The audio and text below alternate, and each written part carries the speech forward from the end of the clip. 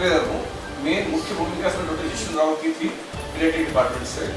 इसमें हमने 4 साल से 60 साल की उम्र के लोगों को लिया था, 250 लोगों को हमने एनरोल किया और इसमें करीब 110 एलर्जिक राइनाइटिस, पुरानी एलर्जिक राइनाइटिस है, मतलब लंबे समय से चली आ रही है, उनको लिया हमने। एक्यूट तो अमन कई बार आपको, हम हर किसी को जिंदगी में बोलिए ऐसा इलाज मिले जिसका साइड इफेक्ट ना हो।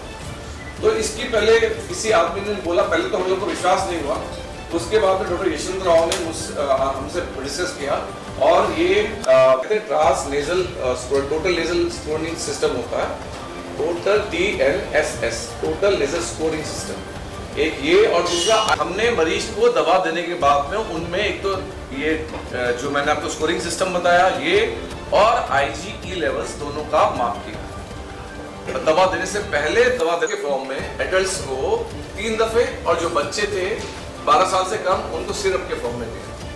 दूसरों को हमने 2.5 मिलीग्राम लिवोसिट्रजिन और 4 मिली एलोपैथिक मेडिसिन से है वो बेटर हो और लॉन्ग टर्म।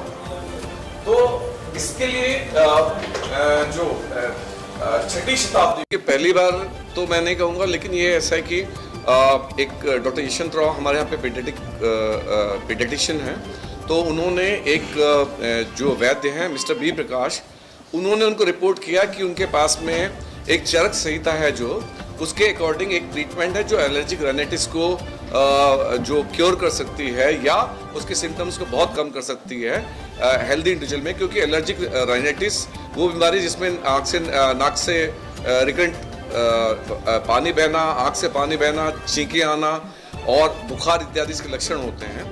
तो उन्होंने डॉक्टर यशवंत राव को बताया कि उनके द्वारा ये देखा गया है कि मरीजों में ये बीमारी क्योर तक हो जाती है।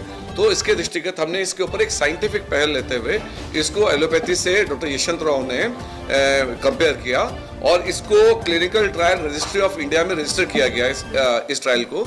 इसमें हम लोगों ने 2 ग्रुप में मरीजों को बांटा, करीब 250 मरीज थे, जिसमें से आधे हम लोगों ने रखे थे आयुर्वेद ड्रग जिसका नाम है इम्बो नाम है इस ड्रग का, जिसमें करीब 20 जड़ी बूटियां हैं और एक आयरन भस्म है और बहुत कम मात्रा में है भस्म, क्योंकि भस्म से के साइड इफेक्ट ये होता है लॉन्ग टर्म पे कि किडनी और लिवर को इफेक्ट कर सकती है।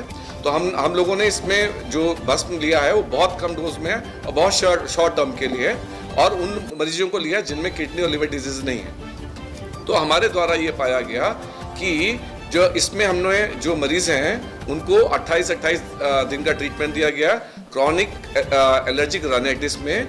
तो जो एक आयुर्वेदिक ग्रुप लिया और एक एलोपैथिक ग्रुप लिया, तो दोनों में हमारे द्वारा ये देखा गया कि जिन मरीजों में एलोपैथिक ग्रुप यूज किया गया था उनमें जो IgE के लेवल थे और जो TNN सिम्टम्स होते हैं, यानी कि जो एलर्जिक राइनाइटिस के सिम्टम होते हैं, इसका स्कोरिंग सिस्टम होता है, उस स्कोरिंग सिस्टम में ज़्यादा रिलीफ मिला और मरीज ज़्यादा लंबे समय तक सिम्टम फ्री रहा।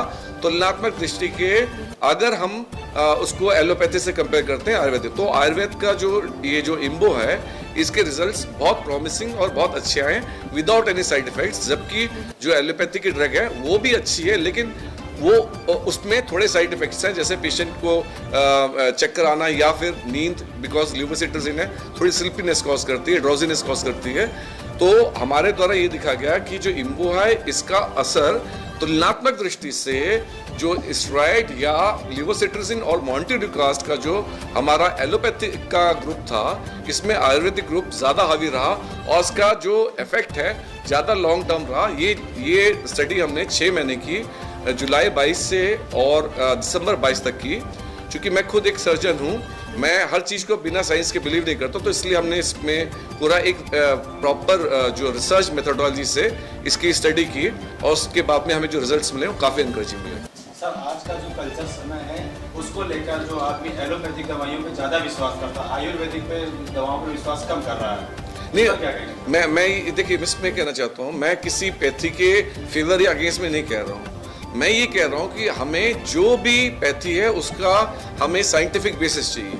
तो हम कोई भी चीज़ करें, चाहे आयुर्वेद करें चाहे एलोपैथ करें, कोई भी ट्रायल करें, जब तक उसका साइंटिफिक प्रूफ ना हो तब तक हम नहीं मानते। अतः हमने इसमें ये जो हमारी स्टडी थी इसमें मैं देखा कि आयुर्वेद में ये ड्रग इफेक्टिव है। तो ऐसे आने वाले समय पे हमें अन्य दवाइयाँ आयुर्वेद की दवाइयाँ बहुत सावधानी से उन पे भी ट्रायल होने चाहिए, या और कोई पैथी है उन पे भी हमें रिसर्च और ट्रायल्स करने चाहिए, ताकि ये देखने के लिए क्या ये इफेक्टिव है कि नहीं। तो सर आपका मानना है कि एलोपैथी पढ़ाई करके आयुर्वेदिक पढ़ाई ज़्यादा करनी चाहिए? नहीं, मैं ऐसा कतई नहीं कहूँगा। देखिए जो एलोपैथी है वो उसका साइंटिफिक बेसिस है, वो बिना किसी साइंस के बात को प्रूव नहीं करती। मैं ये कह रहा हूँ कोई भी पैथी हो, लेकिन उसका साइंटिफिक बेसिस होना चाहिए, उसी के आधार पे हमें यस और नो बोलना चाहिए उस पैथी को। आपने अभी कहा था कि एलोपैथी दवाएं केवल रोकथाम के लिए है और आयुर्वेद से जड़ से कुछ खत्म है। नहीं, मैंने खाली